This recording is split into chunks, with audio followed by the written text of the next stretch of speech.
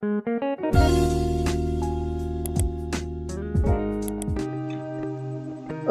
selamat datang kembali di pembelajaran BPKN untuk kelas 9. Sekarang kita masuk ke bab yang selanjutnya, yaitu bab yang kedua, dekade yang kedua, yaitu tentang kedaulatan negara kesatuan Republik Indonesia sesuai dengan ketentuan Undang-Undang Dasar Negara Republik Indonesia tahun 1945. Nah, di pertemuan kali ini kita juga akan banyak belajar tentang Indonesia ini masuk ke kedaulatan apa ya. Terus kedaulatan kalau sudah tahu, itu prinsipnya apa saja. Tetapi sebelum kita masuk ke dalam prinsip Indonesia atau kedaulatan Indonesia sendiri, mari kita lihat dulu macam-macam kedaulatan. Nah, di tampilan pertama ini Bapak juga akan jelaskan tentang tujuan pembelajarannya, yaitu yang pertama adalah menjelaskan hakikat kedaulatan. Lalu kita akan juga belajar tentang bagaimana kita mengidentifikasikan prinsip-prinsip kedaulatan negara Republik Indonesia. Lalu yang ketiga adalah mendeskripsikan bagaimana perwujudan ataupun dinamika perwujudan kedaulatan negara Republik Indonesia. Oke, nggak panjang lebar. Sebelum kalian masuk lebih dalam, jangan lupa kalian like, subscribe, dan jangan lupa komen dalam YouTube-nya Bapak supaya Bapak rajin mengupload video selanjutnya. Oke. Yang sekarang kita akan belajari adalah, coba kalian perhatikan gambar ini. Ada gambar orang-orang yang sedang berbaris di situ, di mana mereka akan menuju ke suatu tempat yang mereka rasa adalah tempat yang paling benar. Nah, jalan itu atau tempat yang akan dituju harus melalui sebuah jalan ataupun jalur. Nah, jalurnya di situ ada tulisan hukum. Berarti artinya apa di sini? Betul, artinya adalah setiap orang yang ada di suatu negara, baik apapun profesinya, setiap jalannya ataupun jalan hidup pekerjaannya itu selalu tidak lepas dari ranah hukum. Dan ranah hukumnya tidak memihak siapapun, apapun jabatannya, tetapi dianggap sama. Nah, dari gambar ini bisa kita bayangkan apakah hukum ini juga termasuk dikatakan kedaulatan. Oke, kita lanjutkan. Oke, seperti yang saya katakan tadi ya, apa hubungannya? Lanjut, perhatikan gambar berikut ini. Pertanyaannya adalah, apabila dihubungkan dengan dua hal kedaulatan, dua macam kedaulatan, apa yang dimaksud dari dua gambar tersebut? Coba kalian perhatikan gambar yang pertama.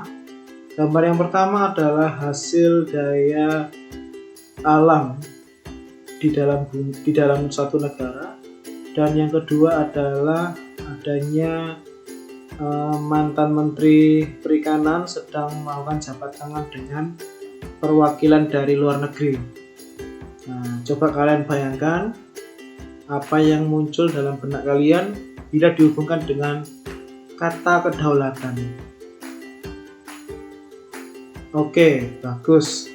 Ketika kalian sudah membayangkan, berarti saya akan coba simpulkan untuk gambar yang pertama.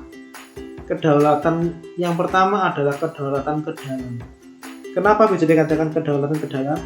Coba kalian perhatikan gambar itu. Itu adalah hasil alam yang ada di dalam suatu negara, di mana setiap warga negara berhak untuk memenuhi kebutuhannya dari sumber daya alam yang ada di dalam suatu negara.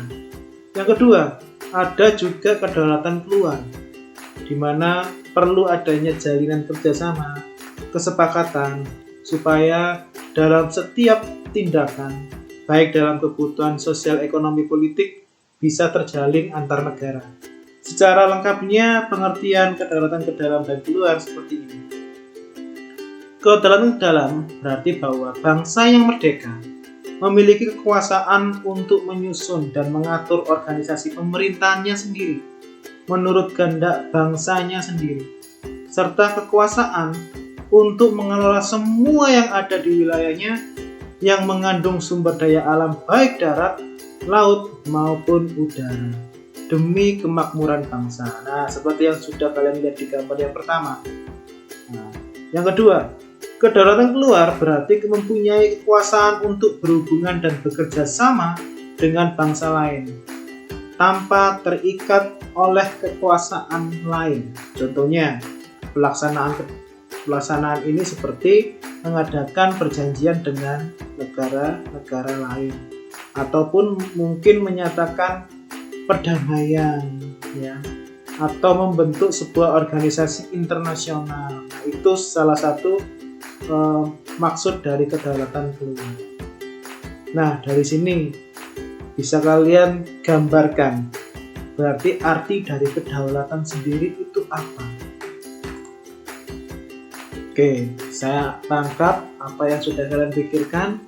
Berarti kedaulatan itu kalau bahasa umumnya adalah sebuah kemampuan suatu kelompok ataupun organisasi bahkan bangsa dalam memerdekakan dirinya sendiri dan berhak berada pada pemikirannya sendiri, berpijak pada kaki sendiri, baik dalam hal pemenuhan kebutuhan, pertahanan, maupun apapun yang dilakukan dalam aktivitas diri sendiri atau dalam bangsa sendiri, itu kita bisa mengelolanya sendiri. Itu namanya berkedaulat ataupun kedaulatan.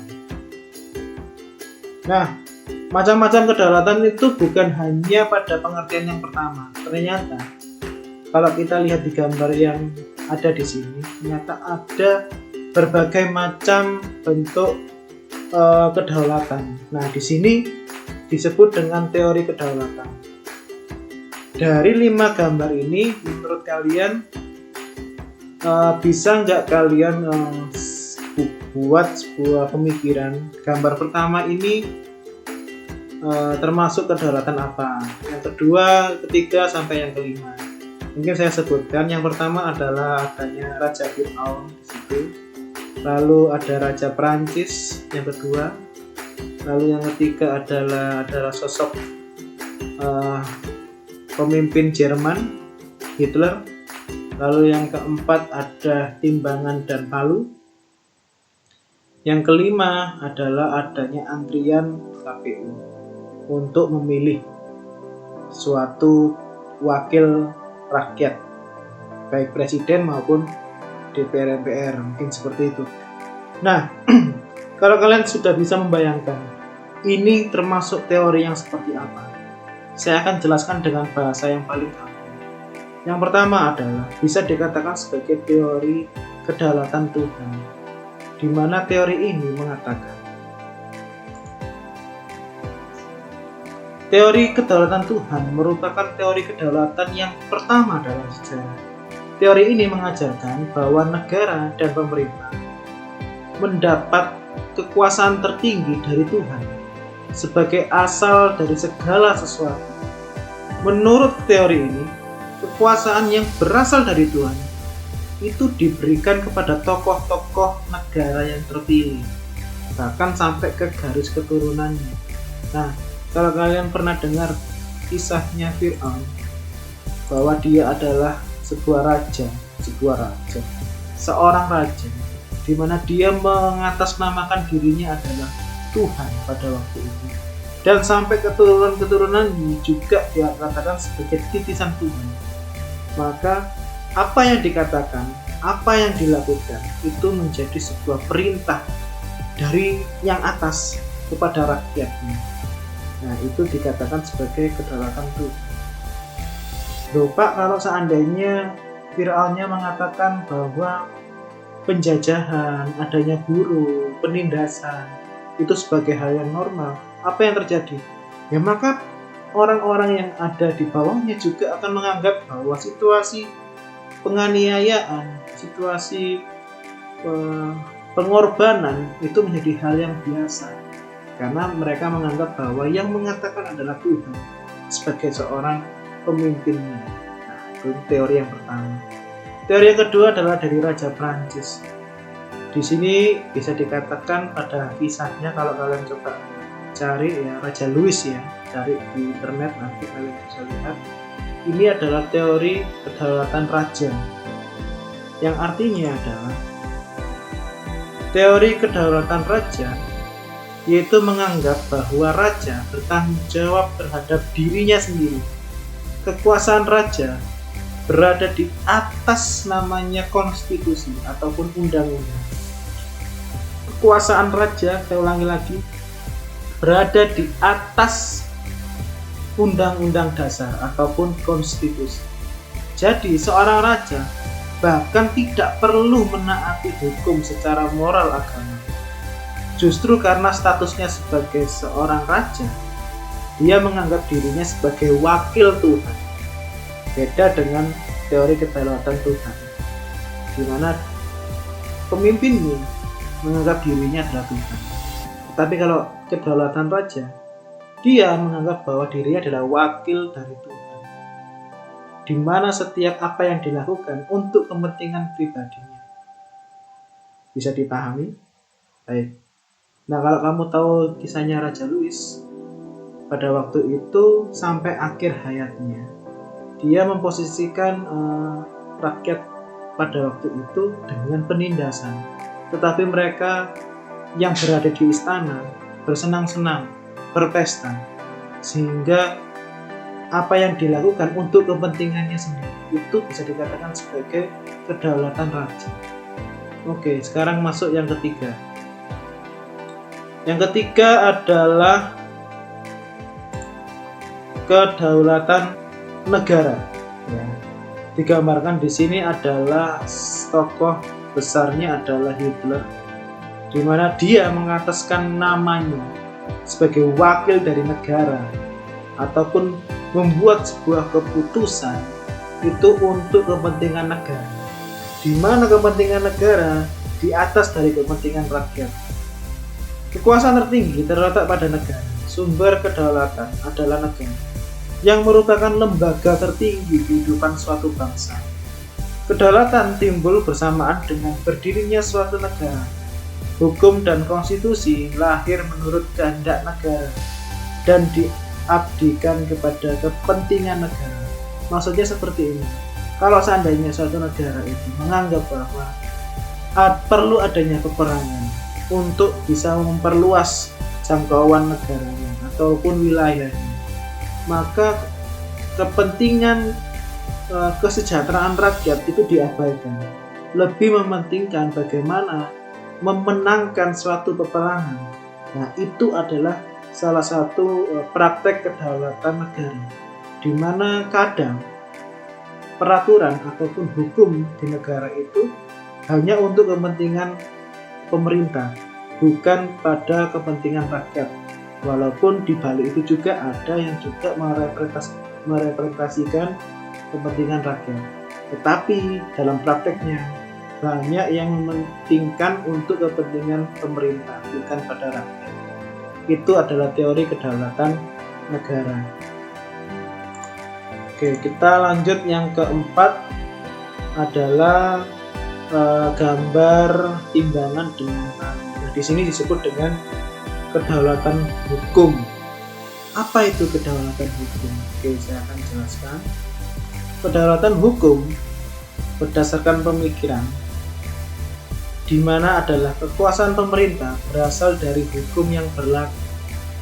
Hukumlah baik yang tertulis maupun yang tidak tertulis itu membimbing kekuasaan pemerintah. Kekuasaan hukum merupakan kekuasaan tertinggi dari negara. Hukum bersumber dari rasa keadilan dan kesadaran hukum.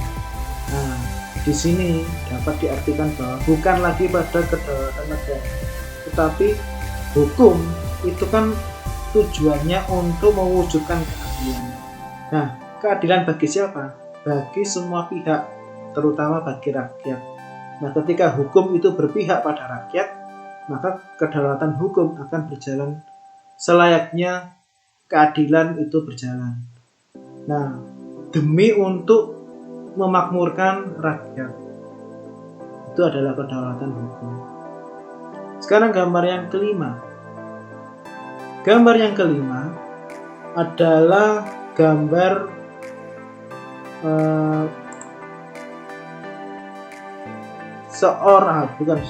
beberapa orang mengantri untuk mengisi pilihan wakil rakyatnya, di mana dia berbaris untuk menentukan siapa yang akan jadi wakil dalam pemerintah. Bisa dikatakan ini adalah kedaulatan rakyat, di mana rakyat bisa menentukan siapa yang akan duduk dalam pemerintahan, bukan sebagai seorang raja, bukan sebagai seorang yang mempunyai kepentingan atau jabatan lebih tinggi, tetapi untuk menjalankan keinginan rakyat, suara rakyat, supaya apapun kebijakan yang dibuat oleh negara itu seturut dengan kepentingan rakyat. Nah, ini disebut dengan kedaulatan rakyat. Dalam bahasa lainnya adalah kedaulatan rakyat mengatakan bahwa rakyat merupakan kesatuan yang dibentuk oleh suatu perjanjian rakyat, kemudian sebagai pemegang kekuasaan tertinggi, rakyat memberikan sebagian kekuasaannya kepada penguasa yang dipilih oleh rakyat, dan penguasa tersebut harus melindungi hak-hak rakyat. Kalau bisa dikatakan dengan bahasa yang lebih singkat adalah pemimpin itu sebagai pelayan rakyat, melayani. Oke, jadi pahami? Oke, kalau nanti ada pertanyaan bisa jadi ke Bapak. Sekarang saya lanjutkan. Nah, sekarang kita masuk poin yang B. Bentuk dan prinsip kedaulatan negara Republik Indonesia. Oke, kalau kita lihat bentuk kedaulatan NKRI itu apa? Nah, sebelum kita lihat bentuk kedaulatan NKRI itu masuk yang mana, coba kamu nonton di sini ya. Ada dua gambar tokoh, sama-sama tokoh penting negara, tetapi dua tokoh ini juga sama-sama memegang kekuasaan tertinggi di suatu negara, tetapi gaya kepemimpinannya berbeda, ataupun mungkin negaranya menganut prinsip kedaulatan yang berbeda. Nah, kira-kira dari dua gambar dan tokoh ini, persamaan dan perbedaannya apa?